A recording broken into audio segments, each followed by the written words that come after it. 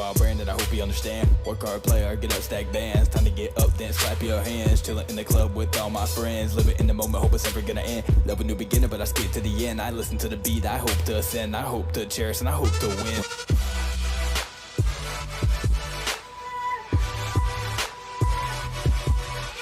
Hey everyone, thanks for tuning in for this week's WorthWhile Spotlight. I'm excited to have our guest on here, Thalas, Steele. What's up, brother? Good, how are you? Doing good, my man. Long time no see. Right? Owner of Mid-South 5? Yes, or did I sir. say it wrong? No, Mid-South 5, okay, fitness. Yes, sir. Located in Franklin and Columbia, Tennessee. That's right. We briefly talked here recently about the meaning of that 5 in there. Yeah. So dive into that, like talk about what you do, and then we'll dive into some more. Yeah, man. I'm a personal trainer, so I own my own businesses. So that's been cool because I have my own location, so I don't have to per se, train in a gym or another space. I have my own space, so that's kind of where the business owner side come in, because I take pride in that, having my own business. But from that, I am a personal trainer within my own business. So the 5 components of Mid-South 5, when I created it, was really just taking the things that I feel like keep you in the game longevity-wise, So for me, the 5 components that I recognize were physical health, mental health, nutrition, supplements, and then rest and relaxation, R&R. So I count those as 1, not 6. So that's how we get to the 5. Nice. Yes, sir. And then I know briefly when we talked in the past, you said you came from the corporate world. Yeah. And then that kind of just unfolded. Like, talk about a little bit how that unfolded. How did you get into it? Like the start of it. Man, the start of it really, I would say I worked for Ford Credit, which I did that for 10 years, from 19 to 29. So I did that for 10 years. And I enjoyed it. It was good work. It was fine. But people, because I've always ran, so running is kind of like my niche, my thing.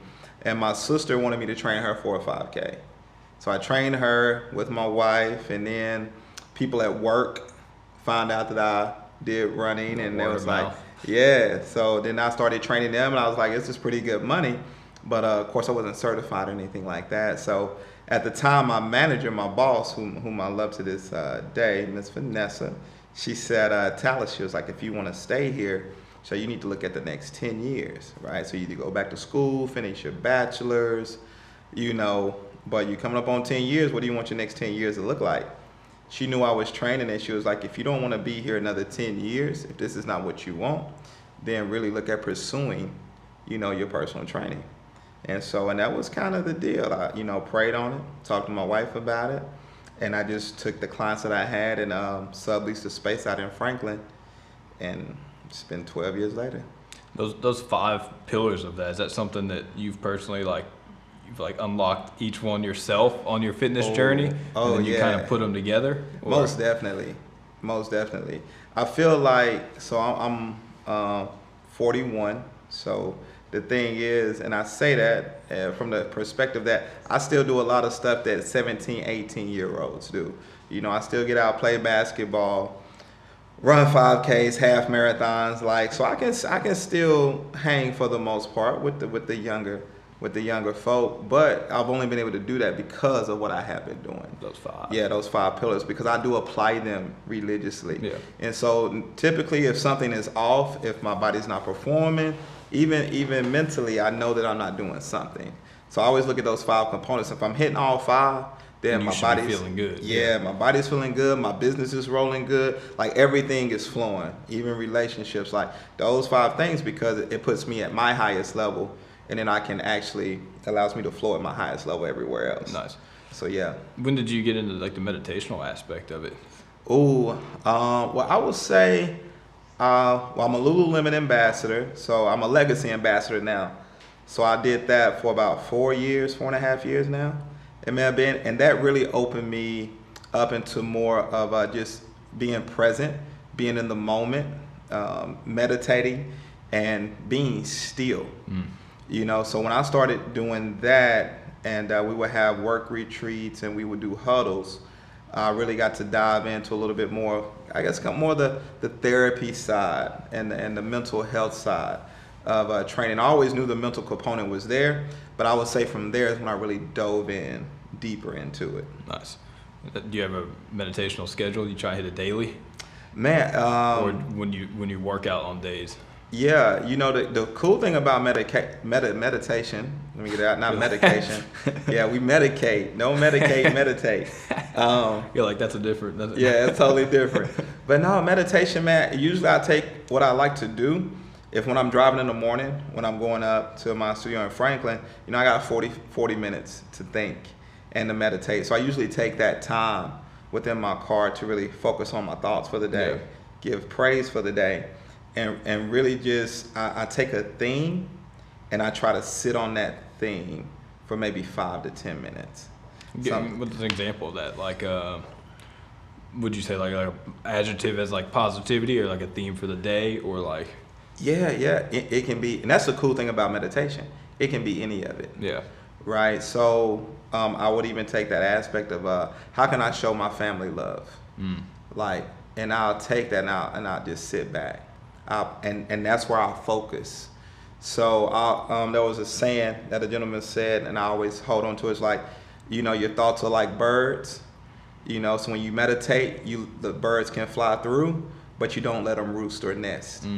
Right? So, you'll have that thought of what you want to think about, how to love my family, or, how do I want to build a relationship here? But other thoughts are going to come through your head. Yeah. So I pick that theme. So as those other thoughts come through, they just fly out. Got you. They don't stick and stay. And that theme is what I meditate on. So it's essentially too, so like, because like I've never done the theme approach, and that's very interesting, but like it's the same concept of like, refocusing back onto your breathing. Like when you're like, all right, I'm losing thought, count my breaths again.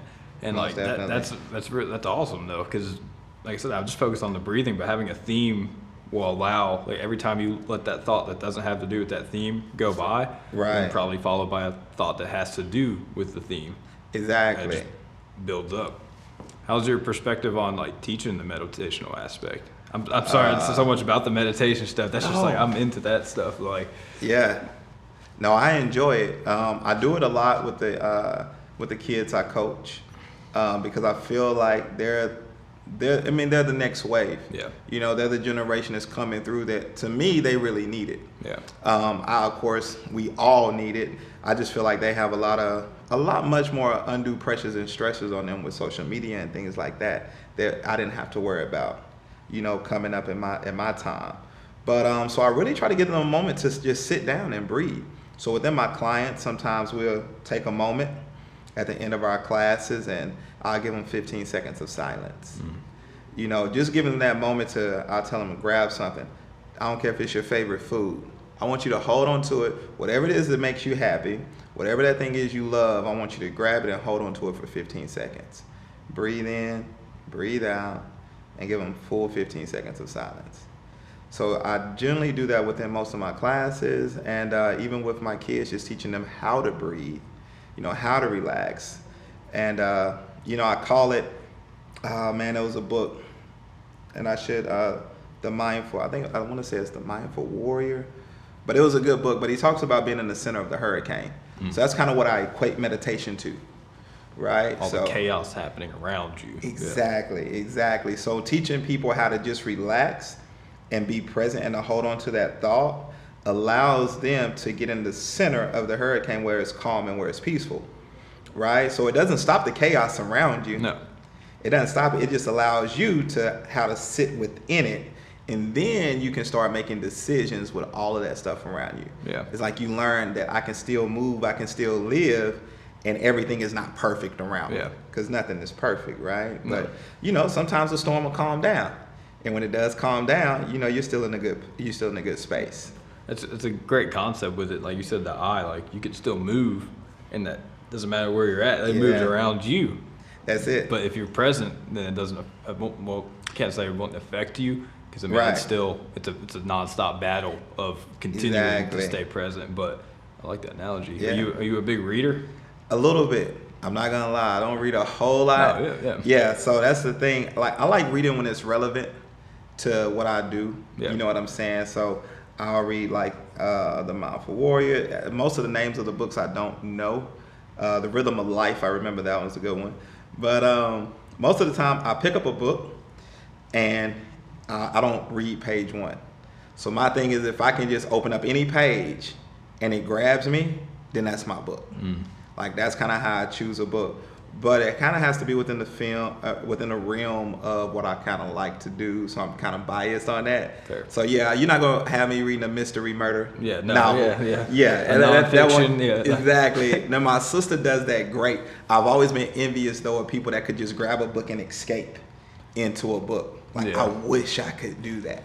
I can't either. Yeah. It has to be. It's usually something like mindset wise or like exactly something in that realm.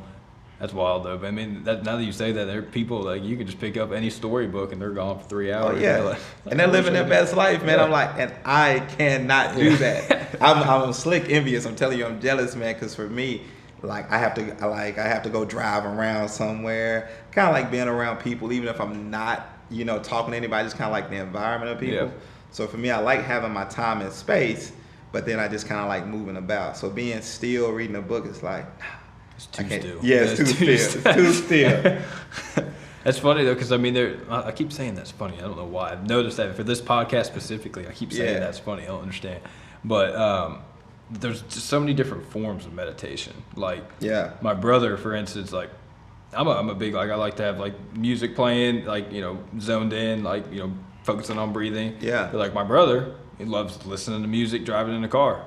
That's it. That's essentially, like you said, your meditation time's in the car. And I think that there's a misconception behind meditation where people think that it's like you're silent, no thoughts, nothing, and like completely like nothing's affecting you. But it's the complete opposite. Like you said, you're watching the thoughts happen and stuff like that. That's it. I would say the key word probably to me for meditation is self-reflection. I think if anybody can take anything away from meditating is that you get to reflect on yourself, and when you do that you get to make adjustments on yourself as a person, right? So I mean, it's the equivalent of looking in the mirror. You know what I mean? You look in the mirror, you see some ketchup on your nose, you're not gonna leave it there. You see mustard on your shirt, you're like, oh, I'm gonna change my shirt. So that's all it is. You just get a chance to take a moment to just self-reflect. And you look at the things that are around you that you love, that you want to be, and take a moment to hone into it. And if you see something that's not there, then you get an opportunity to correct it. But if you just don't take that time to look in the mirror, how will you know that spot is on you? See it. Yeah, you never see it. So, and that's the beautiful thing because, like I said, we're not perfect. So it's always a little something that we can change or tweak. But then we might find that everything looks perfectly fine. Yeah. And then that the anxiety and stress of what you thought you were worried about, it's like, oh, what was I doing? There you go. And it doesn't take a lot, man. I always tell people, like, even just that 15 seconds of silence, and I know it sounds so minimal, but for some people, that's the only amount of silence they have, and it's very difficult, for people to be silent, because a lot of times people don't realize that, noise is a pollution, too, so some say you got to cut the noise. You got to cut the pollution out and just really be silent. And it's hard for some people just to close their eyes. I see it all the time. Just say, it's the hardest thing you're going to do today. And we've done, 2-mile run, all these push-ups, hang cleans. And you tell them just to close their eyes and to be still and breathe. And it is like, you can see them. You can see their eyes moving. They just rest like. And then once they get relaxed, it's like, you can see it set in. Yeah, it's like, and there it is. Yeah. And that is a good place to be because, it's a time and place for all of those energies. We're going to be turned up, we're going to work, but then it's a time to just, hey, self-reflect, chill, take that in. Nice. Yeah. So what brought you into the Columbia? What made you want to open up a spot here? Man, I'm going to tell you, I seen my people were so unhealthy here. Fair. I'm not going to lie. I moved back home. I'm born and raised here. Columbia? Yeah. Okay, nice. Yeah, born and raised here, man. So, Brown Elementary School with Orange Central, And when I moved back home, we were moving back temporarily. So we were going to stay here for a couple years, move back to Franklin. And, man, I was at the Kroger's, and I was watching so many people walk in and out. I was like, man, we're just not healthy here. And in Franklin, everybody, that's you got to be healthy. You're out running, sidewalks, whatever. Health is a primary factor, and it is the healthiest county in Tennessee. So, is it? I didn't know that. yeah. So for their health was everything, and I was like, we're only 30 minutes south. Yeah. Only 35 miles. So why are we not catching on? So at the time I was coaching at Centennial High School, and I was looking for a space. I had some equipment. I was like, I need about 1,000 square feet, and the Dr. Thiessen, I coached his daughter, and so I knew he had an office in Columbia, and I asked him, I was like, man, I need about 1,000 square feet. Do you know anything available in Columbia? He was like, I might know of a space. I didn't know he was messing with me, right? So he was talking about his own space, because he did have a yoga studio and stuff in the back that he was no longer using. So it kind of just, it really just worked like that. And so I wanted to make sure I could give back to my community. So that was the key, was like, and that's why, the moniker too is keeping the community fit, because I want people to know that health is not something that you have to be rich to do, or you have to, make a certain amount of money, lifestyle. It is just being healthy, and everybody deserves to be healthy. So when I started it, I knew it was going to be an education piece, because there was no other private studio around in the area. So I knew that concept was going to be crazy down here. just because of that fact. Yeah, because of that. And so, but now it's 5 years in the space I have here, and I love it, man. I'm booked. The clients and the people that I'm able to see, the lives I'm able to impact, and just letting people know that you can be fit. It's okay to be in the South, and not eat a fried pork chop. It can be baked. You know what I'm saying? Like, it is. You're still eating the pork chop. You're still eating the pork chop. You don't have to eat that every day. You might say for a special occasion. But, that's the thing. It's changing that, it's all right to drink water and not sun drop every day. Yeah. And that has been, I would say, more or less the struggle here, but it's also the reason why I'm here. And I feel like I'm able to have an impact in changing that culture. Are you seeing waves happen since you've been here? Or not even necessarily waves, but like an overall, shift happening? Most definitely. Like run clubs happening. Like, there's a couple more studios opening up here and there, but I feel like overall, you think consciousness of it's kind of switching? Oh yeah, most definitely, man. When I came here, like that was something I started up, was the run club. Okay. So one of the things is I like to see people pick up things. Like, I like to have been able to plant seeds and see people pick it up and carry it on. So that was one of the things I did when I first moved here. I started the run club, and we would meet at Puckett's. And I met Lydia Jolly and Sean Carney, and so we met up actually from that run group. Now, I want to say Lydia and Sean helped lead the one over at Asgard. I ran one here at the Cab. I think another one now is meeting here at the Cab. So all those things have bounced by way of just getting it out. Yeah. People just needed somebody to start it up. Yeah. And I saw that. So I was like, well, we'll start it up. Yeah. Let's get it rolling and going. I'm glad that, that it's continued to go, 5 years later. So the run clubs, you got other fitness studios opening up, other personal trainers seeing that, okay, it is a viable business, because a lot of people see personal training as just a hobby, not as a profession. So you have a lot of people that just do it on the side, because they say, well, I've got myself in shape, I can get somebody else in shape, which is totally different.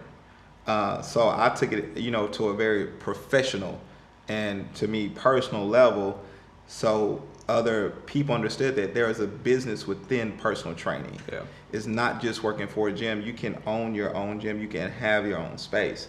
So there's like 3 or 4 other ones out there. So within 5 years, 2 or 3 run clubs, 3 or 4 studios. Yeah. Next 5 years, probably double in speed at that point. That's it. And more people now are getting conscious and aware of their health, because those spaces and those people are reaching people that I can't touch.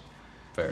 So man, that excites me. That's why you're here. Yeah. That's it. It's just from hearing your story so far, it's like there's almost like a path, like you're fulfilling your path. And like you said, like while you're working for corporate, like it kind of just unfolded in that way, and then like meeting with Dr. Thiessen about that space, like do you feel like you're aware of like that path and like things unfolding like that? Most definitely.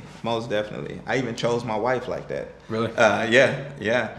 It's like, so I always knew we would be together, right? So there's feelings. I feel like what you put out is what you receive back, right? Some people call it energies. It can be, you reap what you sow. You know what I mean? So you put good things out, good things come back. So for me, I learned early that the brain does not think in possibilities, right? It only thinks what's possible. So I've always applied that in whatever I wanted to travel and do. So mentally, I would look at, okay, if I want to be a personal trainer, how do I want that to look? What do I want it to be in my life? I would think that process manifesting through. it, yeah, right, yeah. Envisioning it, exactly. So when I do that, now my brain has thought the possibility of what it can be. Mm-hmm. So now it's just the execution. Whether I know how the execution falls, that's not on you anyway. Exactly. The main thing is that I put out into my brain and that this is what I want to see happen. So then I start moving in a pattern that gets me there, And sometimes I don't even know what that pattern, how I'm moving, but it just happens because I've already said that this is what I want to see. Yeah. This is what I want to see happen and become. And so even with finding Dr. T and even coaching at Centennial, I remember laying on the track coaching there, and I was like, man, I want to coach here. I was like, this is the place I want to coach at. And the guy, Coach Carter, seen me out there one day. He was like, I want you to coach here. And that's how I started coaching. What was your thought when he had asked that? You're probably I was like yeah, of course. Man, of course. And the same thing when I stopped coaching there and it was transitioning. Everybody was like, well, what are you going to do? Because I was there for 7 years and had a lot of great athletes, a lot of scholarship athletes, the whole deal. And I remember sitting at the track and I was like, at the state meet, and I said, I could envision them hearing them say Columbia Central High School, with the kids on the podium. I seen it and I knew, I said, I can't stop coaching high school yet. And then I, of course, got offered to coach at Columbia Central High School. And then I just got that to happen this year. You sound like, just from what I'm picking up, like very in tune. And like my whole theory of like with our brains in a sense is like it's our antenna to connect to, infinite knowledge or the divinity of the universe. And like, it's like you have to be aware and conscious of your thoughts and how they come in. And it's like, just hearing you say that, it's almost like those thoughts were being sent to you. Like, it's would you listen to them and pick up on them or let them pass? Right. And probably goes back to the meditation. Yeah. Meditating, prayer, the self-reflection, because in those things you get to find out what you want to do. So, and that's one of the beautiful things I've learned in life is that you can do exactly what you want to do. Yeah. A lot of people, they don't believe, they don't see it. And it's like, but once you tap into it, like once I realized that I was, I like the word, like you said, manifesting, those things were happening, what I was thinking, I said, oh, I'm tapping into something here. Like, let me keep doing that. So, you learn there's a pattern to it. And then all we have to do is follow that plan. Yeah. I always say, God has it laid out. We just got to walk. Yeah. We just got to connect, see what it is, understand, and walk the path. And the things will fall into place as they need to. We don't always have to know exactly each step. So that's kind of all I've done, man. And it's just been it's been fun doing it. And I try to get other people to tap into that too. Yeah. Because it's not like it's just for me. Yeah. It's not just for me. It's not like you wouldn't be doing anything you're doing right now if it was for you. Exactly. So I love when people see it and they get to say like, oh, I can do that. Yeah. It's like, yeah, you can. Anything you want. Yeah. Anything you want. You certainly can. I really love that because like I said, not knowing like that 5, the meaning of that 5, like you really tie stuff together that like, not taking away from other trainers or anything by any means, but like how many people are out there training that don't touch anything on your mental. Yeah. Or it's just only about the physical, and it's like they're all intertwined. All 5 of those things, like you said, are intertwined. Yeah. And that's I'm happy you're like hitting that nail on the head with that. But that's it. I just feel like I found because like I said, it was a lot of searching and finding my niche. So I always tell people, it's one of the things where you find I say, well, I have a fingerprint. I'm just a trainer. I'm a business like anybody else, business owner, trainer, whatever, like anybody else. The only thing that sets me apart, that sets any of us apart, is our thumbprint or fingerprint. You know what I'm saying? So it's the thing that makes me me. That no, I can come out with a worthwhile brand right now. I can do everything you're doing, but it's not gonna be Tyler, right? It doesn't have your fingerprint. So that's the thing. It's like anybody can train, anybody can own a business, but the thing that makes it special is you. And I always feel like once people understand that they're the special component, nobody can duplicate you. It's like, You're preaching right now. You're like, you know what I'm saying? Yeah. Like it's the sky's the limit. Yeah. It's like I can implant myself anywhere in the world. And those ripples are gonna happen. Exactly, because there's only one me. Yeah. And So it's wild that how many people like are striving to be what they're not. right. And it's like you're so unique as an individual There that it like is. if you could appreciate it yourself, then your mind and perspective will start switching. You'll be like, like man, nobody else has my story. Yeah. Like nobody else could do the things that I can do. I mean, I guess you can in that aspect. Yeah. But you know what I mean? Oh yeah. That's wild. But no, they really can't. Yeah. And that's the beautiful thing about it. It's like Yeah. they can, but they really Yeah, can't. yeah. Because they're not you. So, you know, how they approach, how they resonate with other people, Yeah. it's not gonna be the same. Yeah. And I always tell people, like, once you tap into that and you understand that about yourself, then you can monetize that, you know, and be an entrepreneur.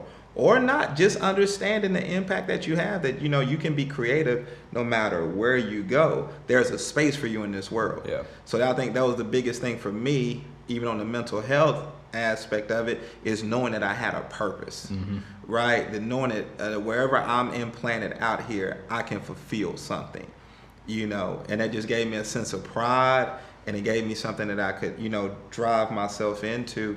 And I feel like too, that is a big thing that, you know, that as an athlete and as people where we identify ourselves as a particular thing, you know, when we lose that, we don't know who we are.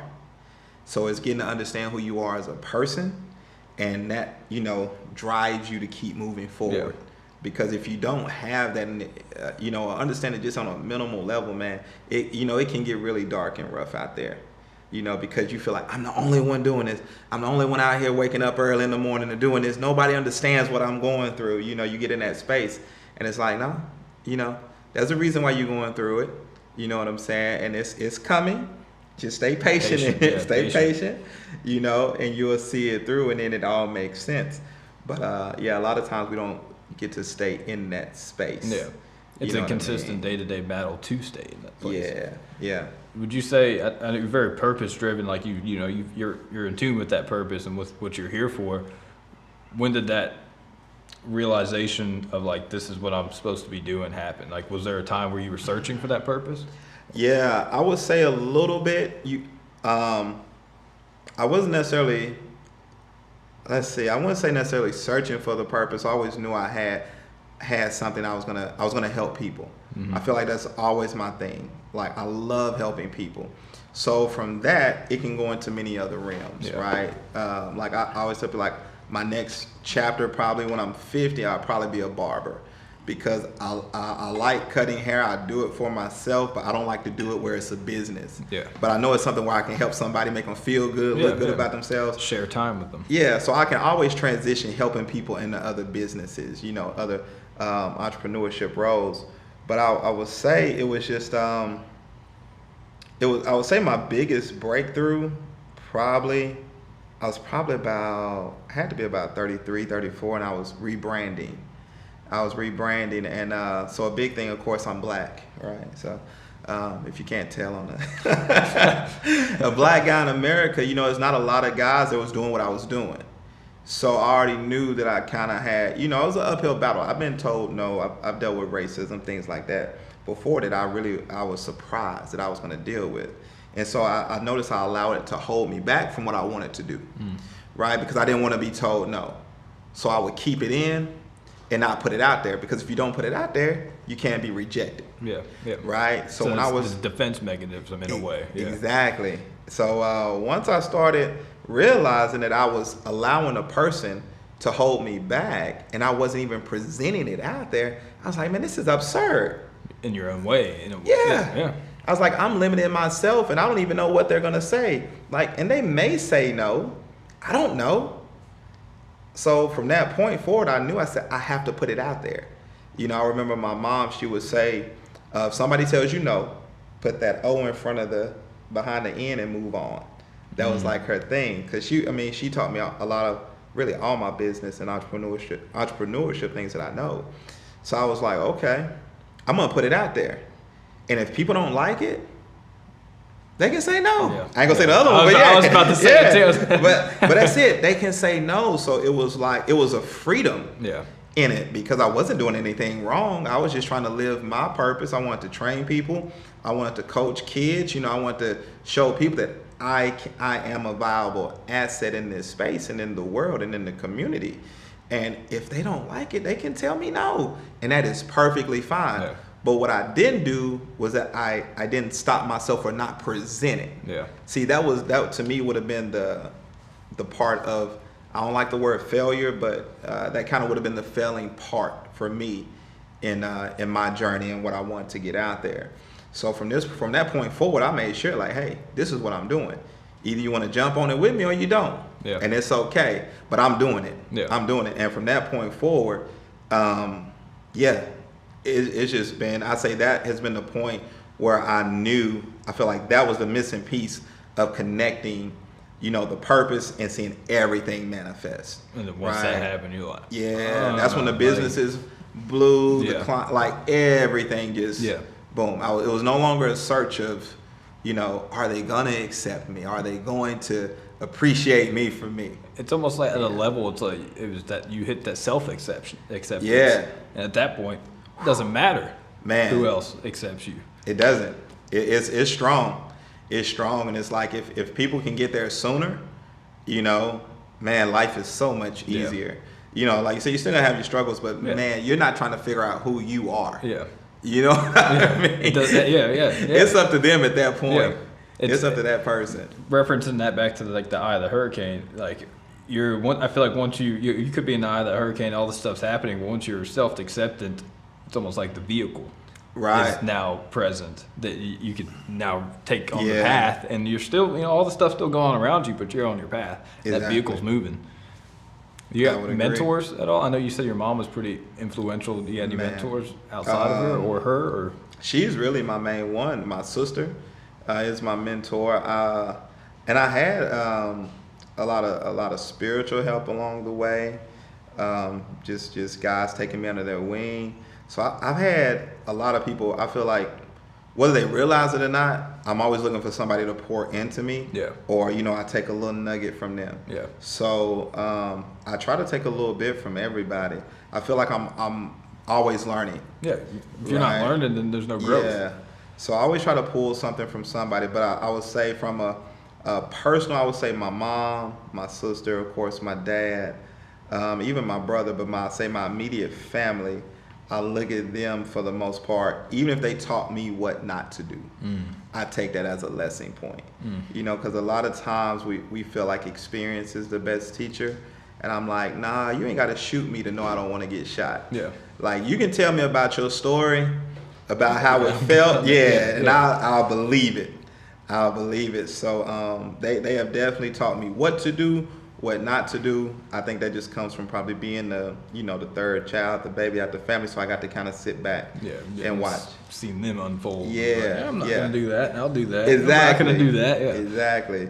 And they've been supportive of me the whole way, you know. But my mom, now I'd say she was probably the most, you know, stone cold hustler that I know. Really? You know, she was, man, she taught me how to really work and grind and build your business. And she was the first one to really, like, you know, show me how to go through a lot of the, you know, the BS and stuff that you will have when you have your own business and being a minority business owner. You know, she showed me how to just, you know, hey, put those tears up. She was like, that person is not the only person, you know, that can help you. Yeah. You know what I mean? So she taught me that at an early age, and I watched her run her business for 20 plus years. And so I really took a lot of what she did, and I really just apply the same things today. I really do. I look at what she did, I was like, well, what did mom do? But she didn't have to do that. She didn't do that. She was, why I got to do it? You know? And I apply a lot of those same principles. What did she do? She ran a catering business. Okay, nice. Yeah, nice. So she ran a catering business here. So she did a lot of the, you know, Rotary, Kiwanis, and weddings, man. She did it all. Did I meet you? Was she at that Briarworks? Not this past year. No, Okay, no, she wasn't okay. there. But usually when I do the fish fry and stuff for Mule Day, she's the one that's doing the fish. So she does the fish fry and stuff. She We do got the fundraiser. special recipes. Yeah, she got it all, man. So she'll come out of retirement for me. She'll still get out there and cook. You know, I get a little special treatment. But for the most part, yeah, she just hangs out. She takes care of her mother now, my grandmother. But yeah, I can pull out of retirement every now and again. You just hit that little nudge. You're like, hey, Yeah. I would love that food again. Man, exactly. But yeah, she worked Monday through Friday, weddings on the weekend. Like she was on it, man. So I always, yeah. So I'm like, if she can do it, like if she was willing to put the work in and do it, you know, so we can have a better life. I was like, I'll do it. Yeah. I can take it. So it can be done. Yeah. You know, that's what she showed me at the end of the day. Yeah. Is that it can be done. I think that's what we probably miss a lot of times out there. We don't see the template. You know, we don't see it being done, so it's hard to believe it to me when you don't see it out there. So 100%. she got to show it to me. Going forward, I feel like you're probably in a present moment person from what we've talked Oh about. man, most definitely. But do you got any like going forward plans with like opening up another spot anywhere? Or Absolutely not. Absolutely not. Yeah, man, splitting the time between the two is good. I have a 15 years, so I try to at least, you know, plan 5 years out. I'm really a day-to-day person, you Same. know. I take to heart, you know, the Lord's Prayer, give us our daily bread. That's it. Yeah. So I really live by the day. I don't look beyond that. And so I feel like if I get through the day, then I get through the week, I get through the month, get through the year, Yeah. right? So, but even with that being said, I try to maybe plan like 3 to 5 year increments. Like, where do I want to be in 5 years, or what do I want to do here? So, right now, my goal is to train for 15 years. I'll be at 15 years in 3 years. So I'm just really being in that space right now of enjoying. There's no point worrying about after that. Yeah. You know you got 3 more years of this. I got 3 more years in it, and I just want to enjoy the ride. I just want to have a good time with my clients, enjoy the spaces that I have. And people always like, well, what are you going to do at the end? I was like, I don't know. What's supposed to happen will happen. Yeah, that's it. Yeah. That's it. I was like, I'm sure, you know, whatever presents itself, an idea, somebody talk, and I'm like, Exactly. that sounds good. You know, I want to get back into food and stuff like that again. And so I'm sure that opportunity will present itself. But as of right now, it's just being in the moment, finishing out my career in training, and I may continue training. Like, I don't know. On the side, it could be something. Yeah. You I just want you to know you just manifested something about the food, and you said, food, that's gonna Yeah. happen. And you said it, it's Hey, gonna happen. that's always been in the back of my head. Like that was the next transition. You know, if I could, always I would do morning, do like a breakfast thing or something like that. And I've done it because I've helped my mom do it for so many years. So it wouldn't be far fetched. I'm a foodie. It was just one of the reasons why I work out. Because if I didn't, I'd probably be 400 pounds myself. So. What's your favorite food? You got a favorite? Oh man, I'm a breakfast guy, man. I'm fried rice all the time. I probably eat that at least 3 to 4 times a week. I make it. Yeah, I'm definitely a steak guy. I love you steak, know, yeah. steak, and then I'm a seafood guy. Like I do like, you know, my mahi, my salmon. So I'm a protein and veggie kind of guy. But Yeah. for whatever reason, breakfast is like, I love breakfast because it starts the day. Mm-hmm. But if you have a bad breakfast, it's not the end of your day. You get Right? that. You can recover. Yeah, you can recover from it. So I noticed when dinner time, man, in business, dinner time, like people expected you to end their day on a great note. And sometimes it just didn't happen. You know, so it's like, man, that's a lot of pressure. Yeah. So give me breakfast. Yeah. Let me do the breakfast for you. Hopefully I get you on a good day. But just in case I'm having an off day, it's like, you know what? It's not the end of the day. Yeah, I can make up for it. Yeah, later. I can make up for it. Yeah. They'll come back and see you tomorrow. You know what I mean? So yeah, that'll probably be the next move. But I'm just gonna let that happen naturally. Yeah. You know, as it comes in. So yeah, man, that's probably what it'll be. Nice. There's a question that I like to ask everybody on the podcast. But if you can go back to a specific age and then give yourself advice, what age and what would you tell yourself? Ooh, I was probably, let's see, it had been about 5 years ago. So I'm probably like 35 or 36, somewhere around there. So at the time, the place that I was training at, they closed the doors where I was subleasing, unbeknownst to anybody. So I pulled up that morning, they had the chains on the door, so I'm pretty sure people have heard those stories before. But it happens, man, and it's shocking, right? Because it's like, oh man, this is my livelihood, this is how I provide financially. So what I did was I just went into an overdrive mode, right? It was like nothing was gonna get in my way. I was like, boom, nobody's ever gonna be able to take anything away from me again. And that was probably one of the worst decisions I made. It's not what I was expecting you to say. I'm not even gonna lie, because I alienated so many people from that. Like, don't need you, don't need you, don't need you. Exactly. I can do it. I'm gonna make sure to, because if it's gonna fall, it's gonna fall on me. Yeah. Right. And so I appreciate, again, that just to being able to self-reflect and was like, that is not how God wants you to be. You know, that's not how He wants you to act. You know what I mean? So I really had to look at myself as a person, meditate the self-reflection, and say, you know, because on a business level, things look good, but on a personal level, a lot of things were crappy. You know what I mean? So that's how I knew that things were, you know, was off. Yeah. You know, because if business is going great, the personal life should be great too, but they weren't meshing up. So I had to do a lot of self-reflection at that point in time, and I realized, you know, it's like, hey, it's not the end of the world. Anything you lose, you know, materially, if you can get back. Anything you lose materially, you can get back. You know, and that's why I had to realize, like, and you don't have to be a me against the world attitude to get there. You know what I mean? So I kind of that holds you down. I think. Yeah, it holds you down. So I kind of equated it to Peter when he denied Jesus 3 times, right? And it's like, how could he deny Jesus and he knew what he was supposed to do? Like, that's how I felt. Like, I knew what I was supposed to do and I didn't do it. But God still saw something in Peter to allow him to see that, you know, it's not the end. You know, I still love you and I still accept you. Yeah. Right? So that's how I felt. It's like, okay, it's not the end. God still loves me and still accepts me. Right? But now I have an opportunity that if that situation ever presents itself again, I know that I will be prepared to make a better decision. You know what I'm saying? But we never know what we do in the heat of a moment. No. That's one thing I've learned big. Like, everybody says, oh, I would never do that. I would never. It's like, you never know until it's presented to you. And I say, hopefully you make the right decision. But even if you make the one that's a little off, just know that you can always regroup and get back on track. And if you really think about it too, like the decision that may not have been the right one could be happening for a self-reflection check. Exactly. And then, like, I say this almost every podcast too, but there's the perspectives of, like, you can think this happened for you or to you. Right. And for you is a lot more powerful than to you. Yeah. Most definitely. I like that one, brother. You're like, I got that one.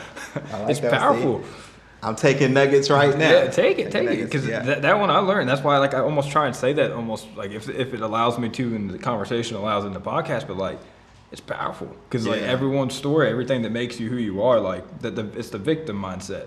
You know, like, you could grow up like, man, I grew up with this, or like, you know, my parents abused me, or like, and not trying to say that like downgrade towards anybody, but like your story is unique. Like what we were saying, like you are you, and you can turn that to a positive. Positive always. You can, you can. I'll point at you and tell you. Yeah, you can. Do it as quick as possible. Yeah, that would be my thing. Like, do it as quickly as you can, because the longer you sit in it, it's I told one of my kids, and I tried to say, you know, the best way to get out of a hole is stop digging. You know what I'm saying? It's like at some point in time, you got to stop digging that hole and say, okay, enough is enough. Start climbing out. Yep, it's time to start climbing out. So I feel like if I had to go back in life and redo that thing a little bit different, I would definitely do that a little bit different. I would definitely handle that situation a whole lot better. You know, but but like you said, I did learn from it, and I wouldn't have had I not gone through it, but I still would have. I would have done a little different. Yeah. Nice. I mean, that kind of goes back to like the community aspect, which is like you were saying, like the community here was lacking that in a sense, and it's like you went through your journey, and it's like now you're providing the community the knowledge, the place, guidance to make those decisions, right, that better themselves. Yeah, that's it. And I wanted them to know, you know, and being from here, that, you know, you can do it and be from here. Yeah. That was one of my biggest things too. Is like people, I felt like, you know, if you're not from here, Colombia is a very unique place, and we're very protective of our own too. So from being born and raised here, I want to let people know that, hey, I'm a Colombian. I'm not an outsider. I want you to know that I grew up just like you.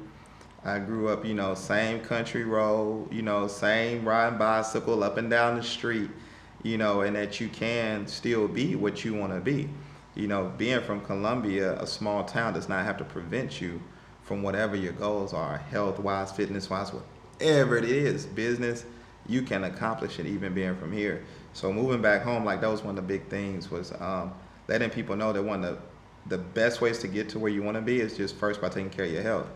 So I always tell people, if you get a call, I don't care if it's God calling you to go here somewhere to travel or a business call, but you can't get on that airplane because your blood pressure's too high. It's like, man, you just missed out on the opportunity. Why? Yeah.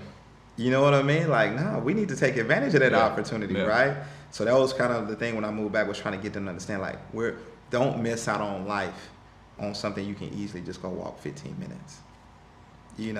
That's it.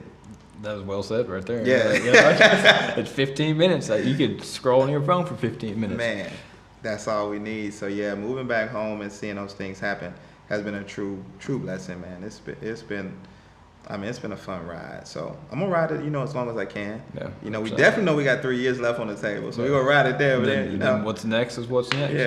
Yeah. Nice. Well, good. Open this bad boy up, bro. All right, I've been looking at this the whole time, man. This is what I've been waiting on, man. Is that particular camera I'm supposed to look at too? No. Is this one the one that's on me, right? You, though. You want to give him a little pure smile? Man, let's check it out. Whoo, we got the white. Oof. Yeah, let's get that right there. Oof. That is nice. And blue is my favorite color. I did a little research on the socials, and I seen that you have the that blue and black TriStar. Oh yeah, that's my favorite color right there, man. That's nice, brother. I will wear it well. I will wear it well. Hey, thank you, my man. Bro, I appreciate you coming on and sharing your story and just your journey with me, bro. I really appreciate it. Anytime. Hey. My pleasure. Ooh. Well, everyone, thanks for tuning in. Never forget that you are worthwhile. Always strive to be the best version of yourself. Go check out my boy. Thank you for tuning into this week's Worthwhile Spotlight. Our goal is to motivate people to become the best version of themselves possible through the power of storytelling. Our stories are written by the things that we experienced growing up, and these experiences, negative and positive, shape who we are and what we stand for. The beautiful thing about your story is that you get to decide how it's told. So as a diamond in the rough of life, hang tight and let your light shine bright.